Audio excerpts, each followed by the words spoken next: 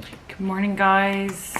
Oh shit, look at me being all consistent with the vlog. I'm putting on some makeup, starting off with this Hydro Glow shit from Sculpted. This is the nicest stuff for a base. Like if I'm really going for my base, I'll put a mix of this on, the Charlotte Tilbury Magic Serum mixed together. Oh my god, they would be such a nice glow. I'm going to an event in Atelier Mazer. He is launching a candle, I think, with this company called Rathborns. This is the Fenty moisturizer with SPF in it, very handy. So I said I'd go to that, so I'm gonna head in there. So anyway, I'm gonna do a really quick face and makeup, nothing too mad. We don't need to be in full beat on a Tuesday morning.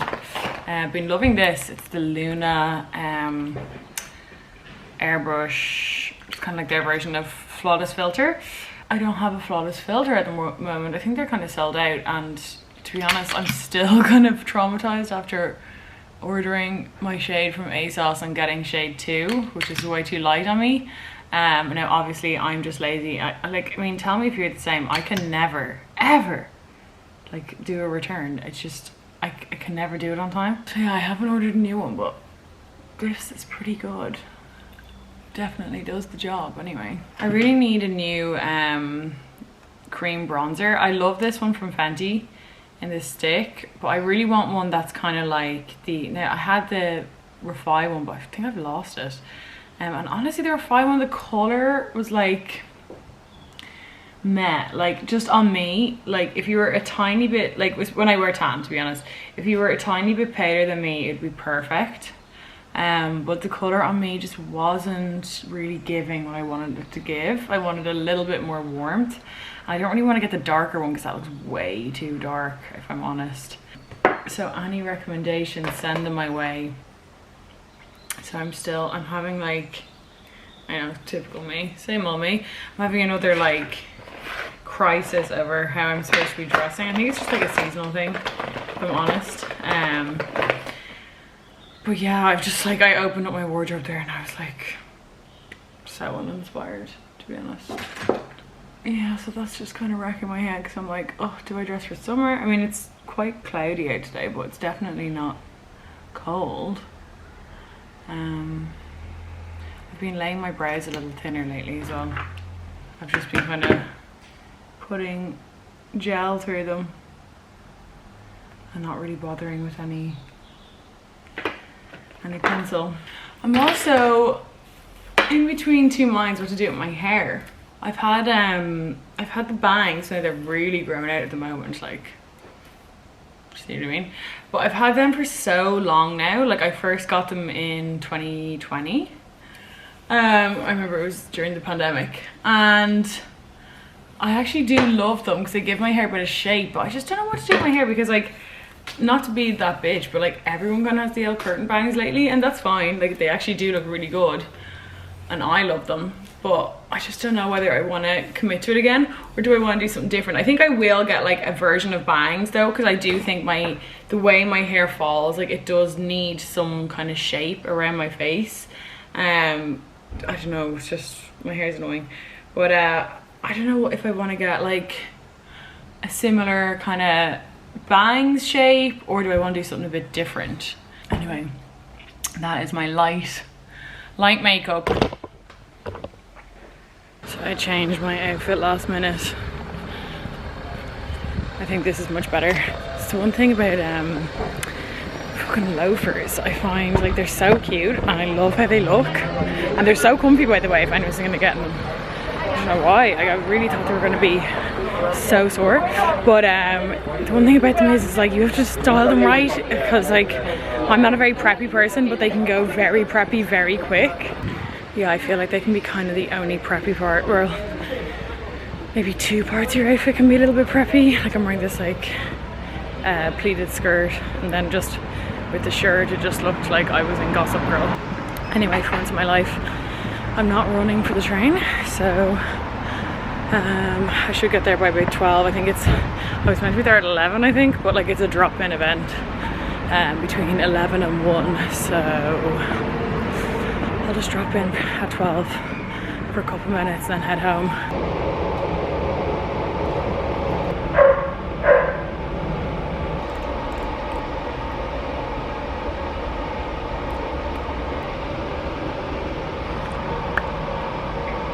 So I was walking down Grafton Street, and who do I find? Who poaches me off the street and brings me in for a haircut. But I'm actually delighted because we wanted to do my hair this week anyway, but he was busy, so he manifested me and I manifested him. So I was looking at Pinterest sports. We're doing a little light fringe moment. This is how we're doing.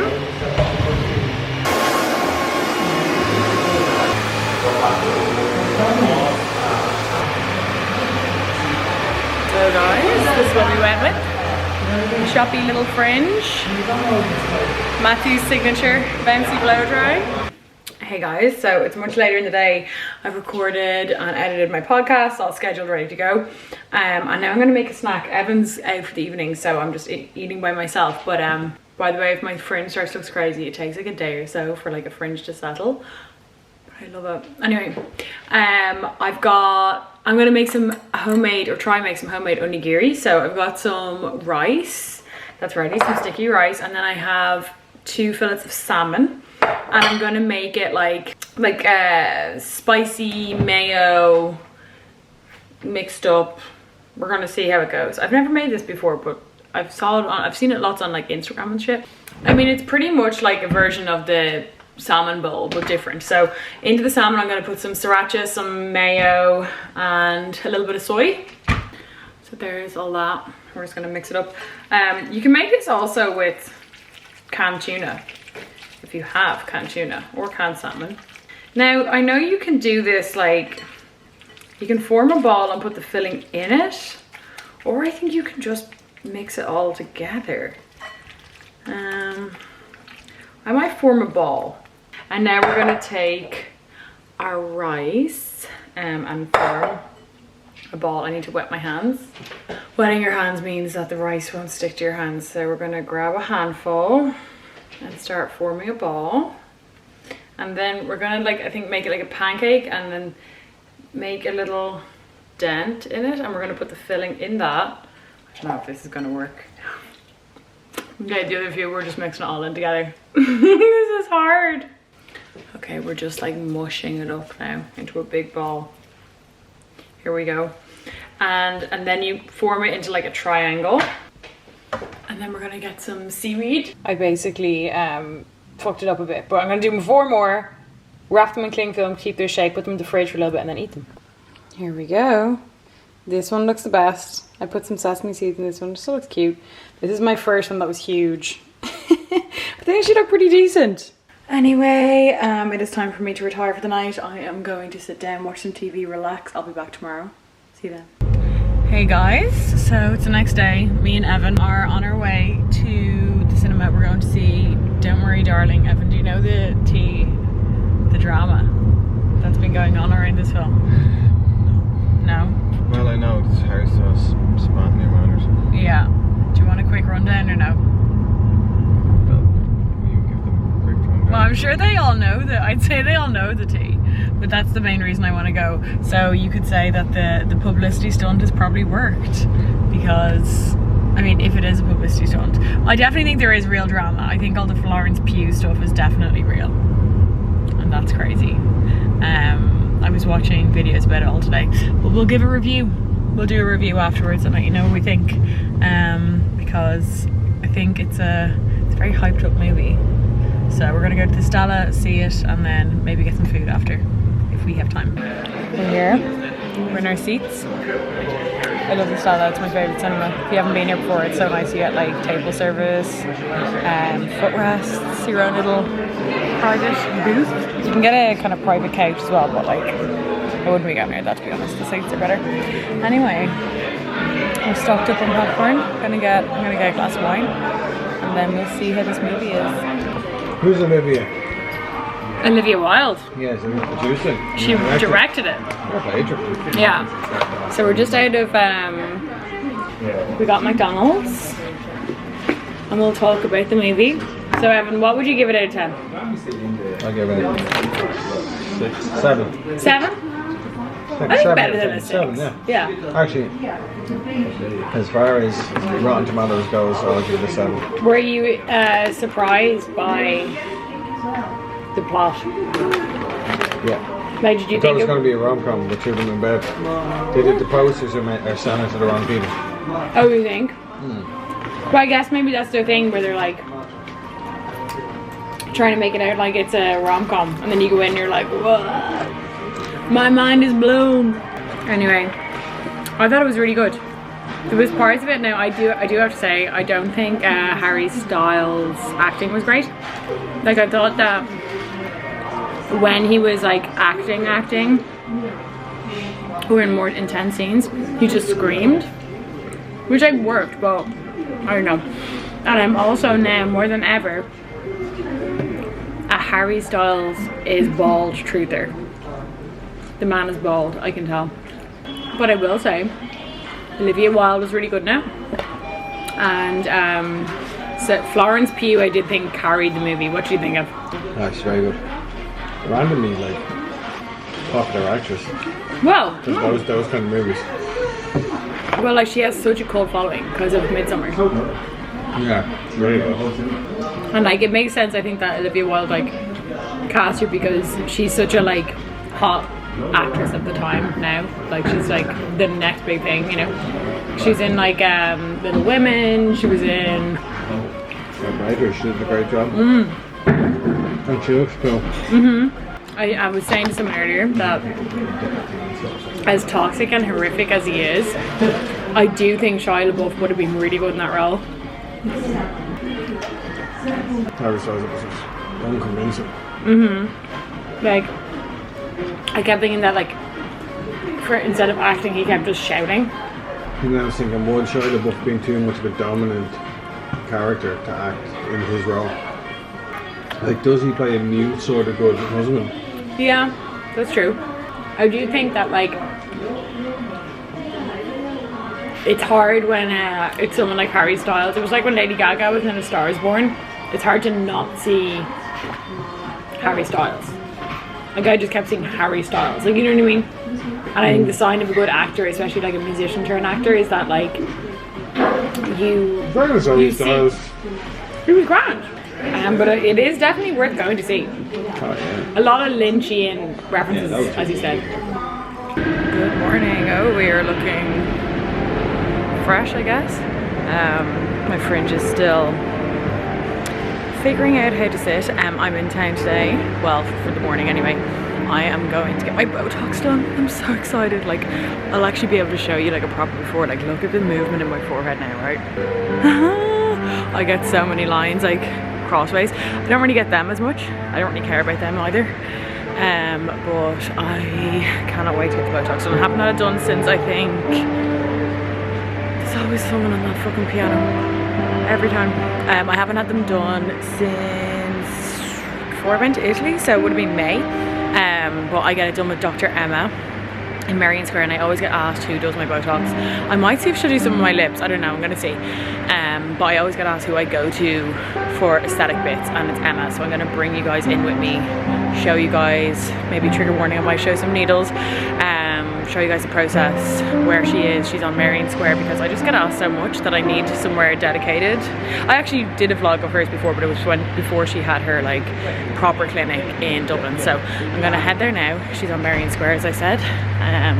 She's the best. She's so nice, and the reason I like to go to her is that she kind of specializes in very like natural results, which is kind of hard to get in aesthetics, because I do find a lot of people in Ireland do the same thing, and by that I mean like a lot of people in Ireland are doing like the Russian lip thing, and I find with the Botox they just kind of whack a load in and don't really think about like your individual movement. But Emma definitely does, which I love about her. Oh god, I'm full mullet now. Anyway, so I'm gonna go. It's lashing out today, like it's absolutely miserable, so I won't be able to chat and walk, but I'll show you once I'm there. So I'm in with Emma now. Here she is. Hi. The glamorous doctor. I'm gonna do some Botox. Anyway, I'm gonna get some Botox, and maybe, I don't know, I'm gonna get you to look at my lips as well. So I get these dents here. You see that? So mainly those sides, I always feel I need more there. And it's more like, I never really get much there. Like my frown is never that bad, it's more like the sideways. Okay. I'm gonna treat there anyway, Yeah. Because otherwise it can look a bit crazy. You start getting like a horn. Yeah. If you only treat here, so it doesn't look better. Okay, cool. Yeah. I got a lip flip, so it's just a bit swollen. And then my Botox. So this is immediately after, and my face is very reactive. I always go real red, just FYI. Hello, it's Saturday. It's a beautiful day. We're in the park.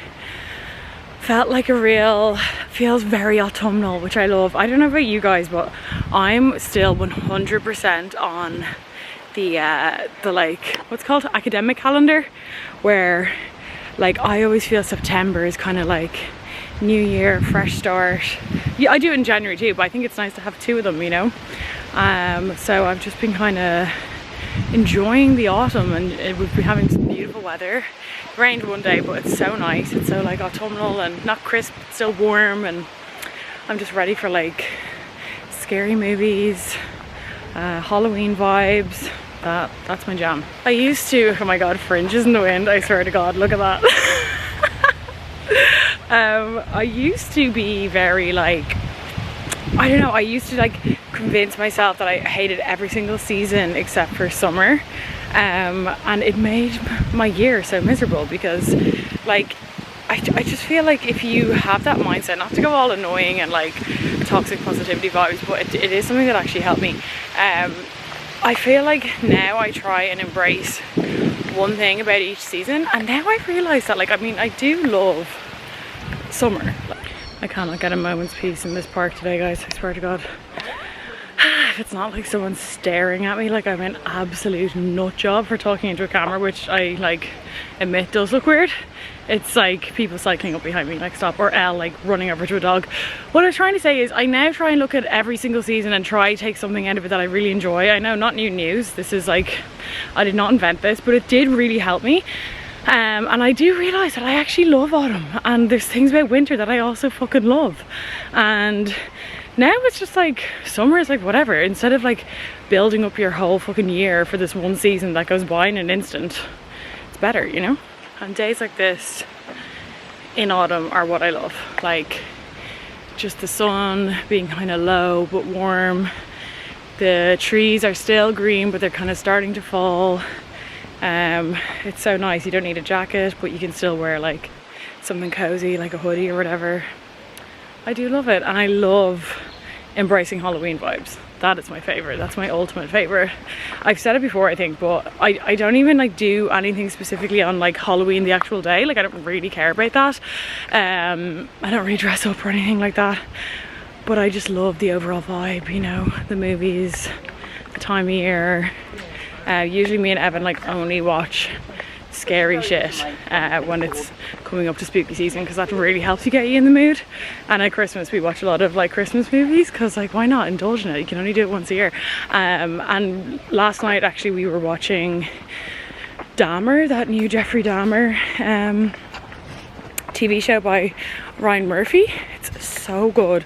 Evan Peters, like I love Evan Peters, and it's amazing. It's done so well. Like Jennifer Lynch, actually David Lynch's daughter, directed a lot of the episodes, and it's just so good because it's like, I know that I see a lot of videos on TikTok anyway kind of critiquing like true crime content, and I think that is valid. Like I think that there is a valid argument in people saying like, you know, making like farming someone's most traumatic day, as in the family, like finding out that someone had been murdered or whatever, or the victim obviously, farming that for content can be distasteful, but I think there is a way to do it tastefully. And I do think that this show, although it is obviously like highly stylized like a lot of Ryan Murphy stuff, it is still done quite tasteful. Like I do think that he's telling the stories of the victims, he's showing like the negligence of the police and like how a lot of it could have been avoidable.